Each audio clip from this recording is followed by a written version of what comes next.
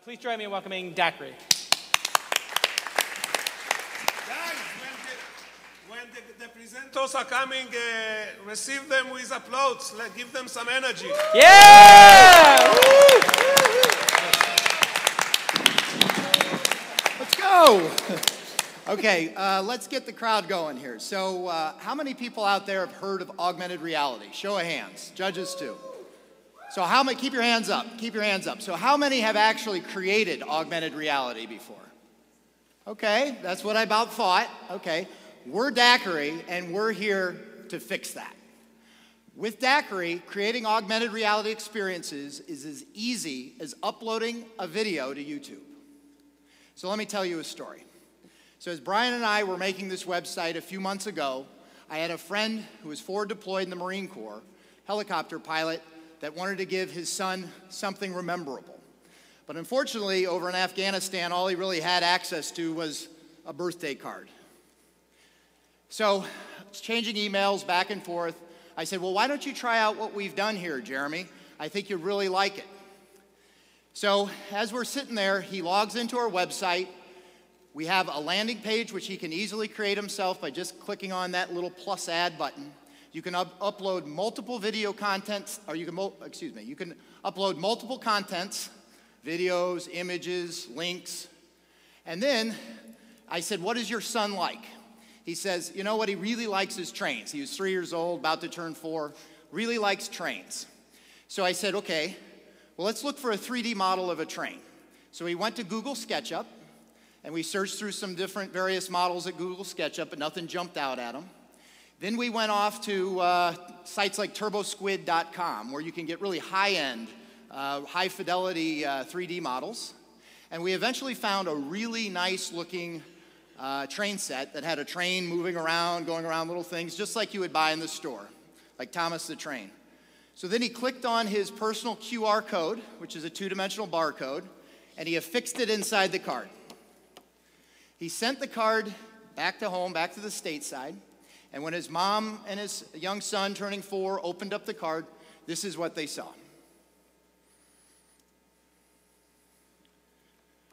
So the use case goes on from there. So with his access to our account now on our website, Jeremy each week could change the content. He could put a plane in there next week. He could put a car in there the week after that. He could change the video. He could change the picture. So each week his son opens up this one simple card and every Monday goes, what did Dad give me on this Monday? And he did all of that from well overseas, just with an internet connection. So as compelling as that personal use case is, I think that the commercial applications for this technology are even more remarkable. Imagine being able to see a countertop in your kitchen through your mobile phone before it's installed. Imagine standing outside a real estate sign and seeing a three-dimensional model of the real estate, or the house, I mean, before, not even going inside. Or imagine a door before you buy it and how it'll look like in your room. All of these things currently cost tens of thousands, 50, 60, over $100,000 with the current companies out there. With Daqri, basic service is free, professional service is $20 a month. So for $20 a month, we give you the tools to create augmented reality experiences and applications that we haven't even yet thought of. So again, Daqri, we're launching private beta today. Encourage all of you to stop by the booth and get on the sign-up list. We're the YouTube of augmented reality. Thank you.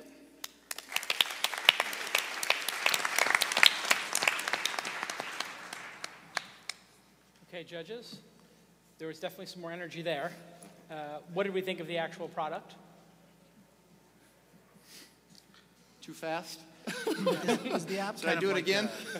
Is the app sort of like a word lens for QR codes to augmented reality? Like you're overlaying whatever your video or augmented reality VRML is on top of the QR code as you're moving around? Is that how it works? Right, word lens you said? Yeah. Yeah, so Word Lens is an unbelievably fabulous application of augmented reality. And we wish we would have thought of it, actually. What we provide is an application service that companies like Word Lens could come to our site, use sort of their translating technology or whatever, those algorithms, and layer them above, sort of on top of our actual engines and our tools. We've created a set of libraries that allow this API to be completely drag and drop, no code, absolutely no code, and just simply drag and drop your applications into our web service, and it provides all the sort of the underlying underpinning tools in order to kind of experience the augmented reality.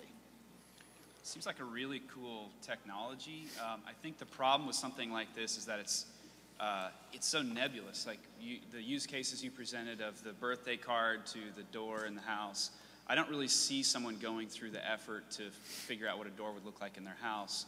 But if you focus it on a specific niche, I think that's what you were saying earlier, Dave, about tackling a niche. Like the online pet things that kids just go nuts for, there's tons of money in that. Correct. Webkins where they're basically taking care of an animal and checking back in on a regular basis to see how it's changed. Something like that would be pretty fantastic where you've got a very specific So we have market. a couple customers, or potential customers, I should say, that we've been in negotiations with.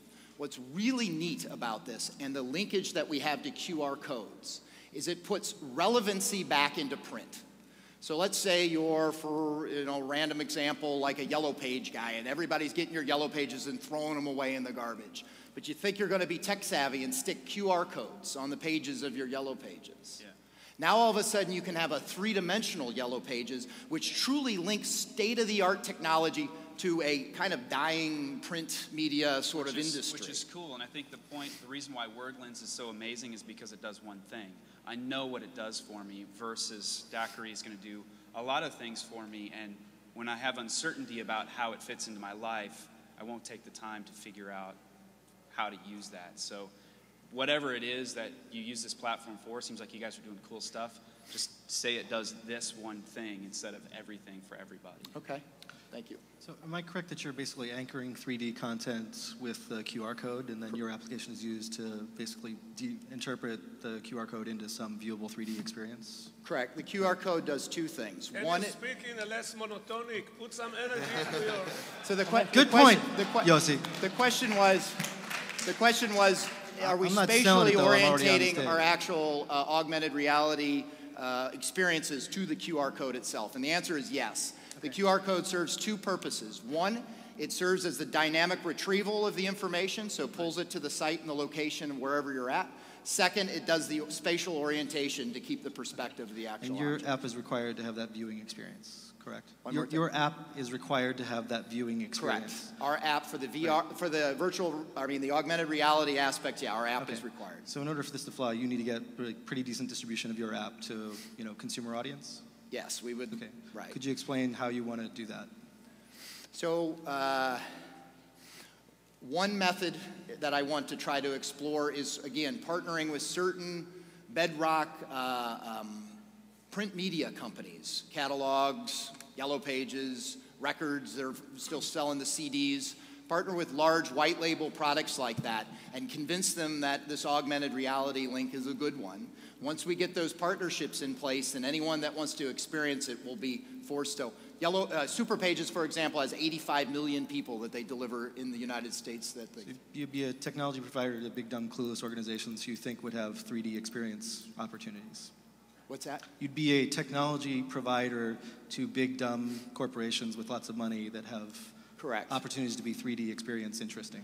Correct. We'd even create white label experiences for companies like that. They could even brand it with their own website and stuff, and we would just be in the background to drive the tools and take our subscription fees. Correct.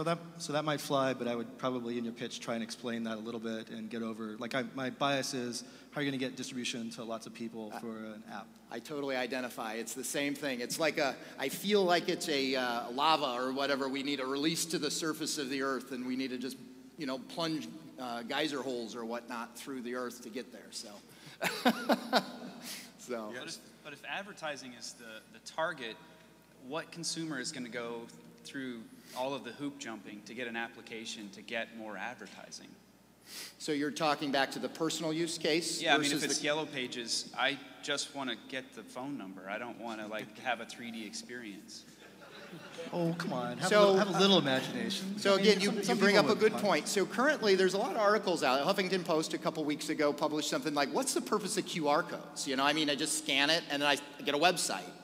So with our landing page concept, you actually go to kind of like an application interface where you scan the QR code and now you can have a video, a picture, an augmented reality on your iPhone or whatnot. So now the QR code provides a more robust sort of like experience than just taking you to a web page. So you might be going through the yellow pages and you scan a certain plumber or whatever that has his own QR code. He might have a personal video. Hey, here's what I'm doing, blah, blah, blah, blah, blah, or whatever.